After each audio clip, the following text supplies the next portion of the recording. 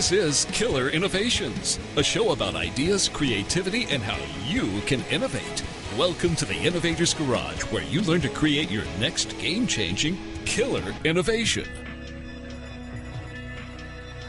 Hello and welcome to Killer Innovations this week, where we're all about the ideas, creativity, innovations, and where we get an opportunity to introduce you to top innovators who share with you their story. Today we're broadcasting live from Boulder, Colorado, and I'm actually broadcasting from the offices of Boomtown. That ties into our first guest, which is Toby Kraut, who is the co-founder and its executive director. Boomtown is a startup accelerator here in Boulder.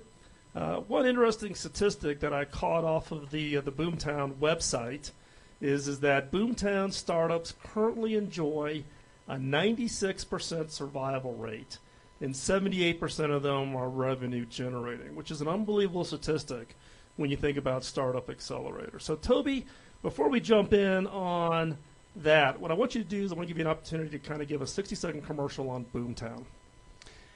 Well, first of all, thank you so much for having me here. Honored to be here. Boomtown is, as you started out with, is a startup accelerator, and we see ourselves as a third wave accelerator. The modern accelerator formula is about 8 years old, and we're coming in kind of a ways in, and so our job is really to look at the model and continuously improve it. So we run anywhere between 20 and 25 companies a year through the program. We're now almost 2 years old, and we do a 12-week curriculum. We invest roughly $20,000 in each team.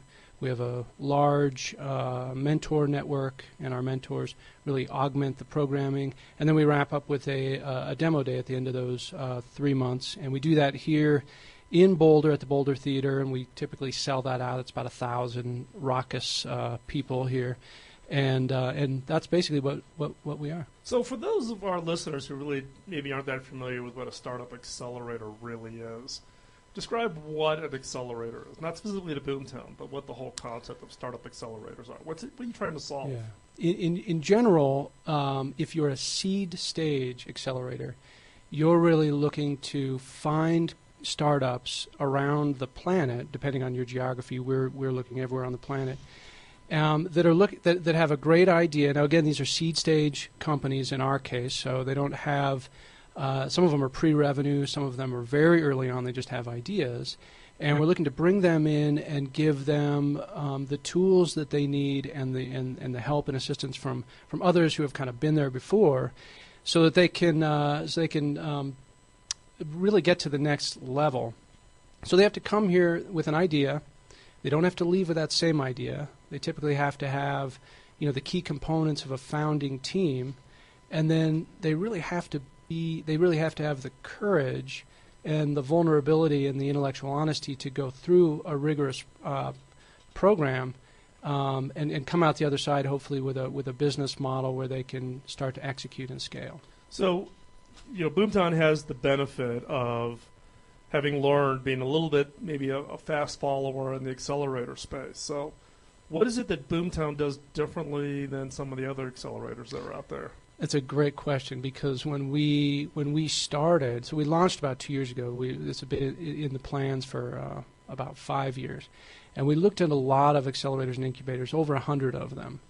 And one thing we found is that, and I don't mean to say this negative, I'll say it positively. There are a few accelerators that are doing a really great job, and the rest, I think, create kind of a challenge for us, because there's somewhat of an accelerator bubble right now, and so, but specifically about what we do differently, I was just sitting in here with our general counsel. I'll be cryptic here, but we're doing a big deal with a large corporation where we're going to be providing some of the skills and services that we give to startups to this particular corporation. And the question really came up about what do we protect? What is ours? And it was a long, heated discussion with my lawyer, who I dearly love, but it was a long legal discussion. Well, discussions with lawyers are always that way. I can give you that piece of advice. And what it came down to is that our people and our culture are what's long term for Boomtown, what's going to be different. And I know that's kind of vague, but the truth is that what we do differently is every single session that we do, we're looking to change our model and to improve our model. So we run experiments on our own cohorts. We ran 10 experiments on our previous cohort. And we're never going to have kind of a cookie cutter approach on what, how we quote unquote teach our startups. It's always going to change because we're investing in going around the planet and meeting with the experts and the people who are writing the books and the people who are creating new tools so that we can bring a tailored program to each session. So for us, I think the difference is we're never going to be the same. We're never going to kind of rest on this 8-year model. We're always going to be improving it. So how do you find the companies that you invite to come to Boomtown? Is it I've seen accelerators that do the competition things, they do the submission things, some of them are referral in. So how does a company get on the radar screen and then potentially get accepted to come to Boomtown? I think for now anyway, and this is again under experimentation by us, but for now what we've done is there are online portals where people where large numbers of accelerators apply to multiple types of accelerators. And so we have an online portal like that, so we get a huge number of companies that come in through that portal, but we also reach out. So we make an effort to go after companies that are in our thesis, and we find them in social media, or when we travel to particular geographies, we go meet with them in person. So it's a real kind of outreach. I'd say it's about 50% outreach and 50% come to us.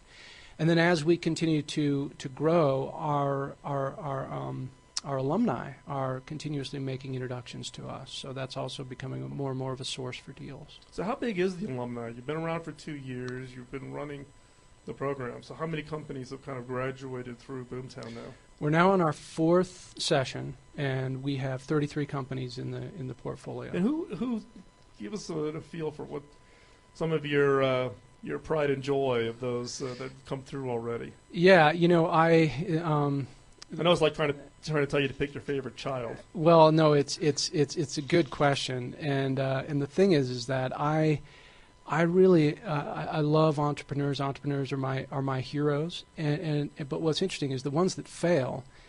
For some reason, I quote unquote fail, right? But I have a real fondness for the journey that they go on.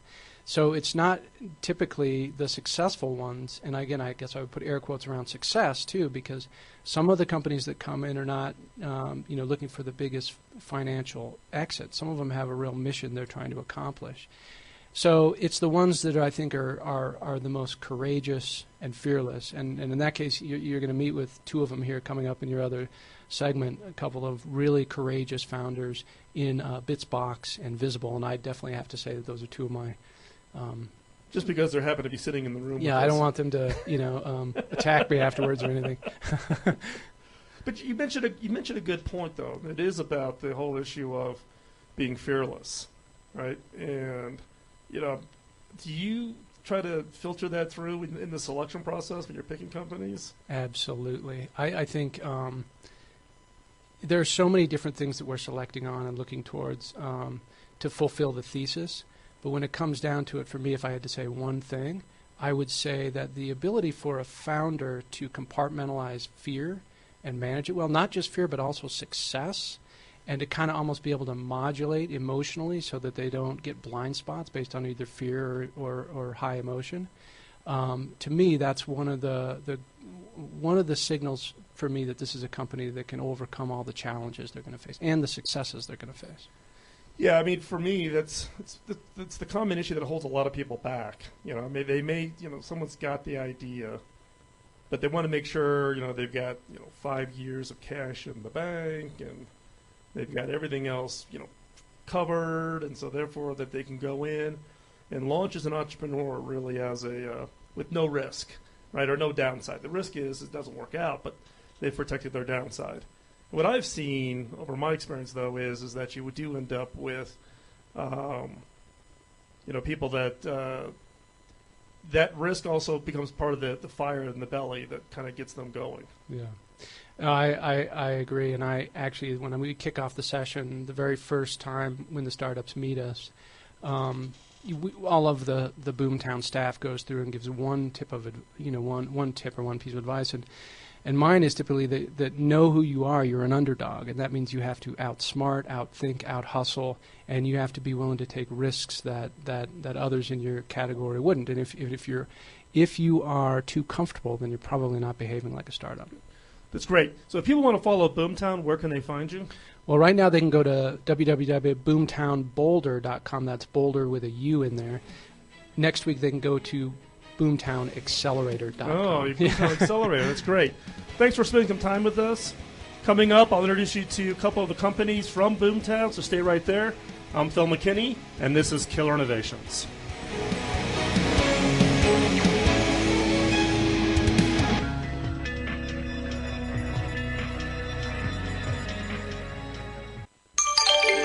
Biz Talk Radio.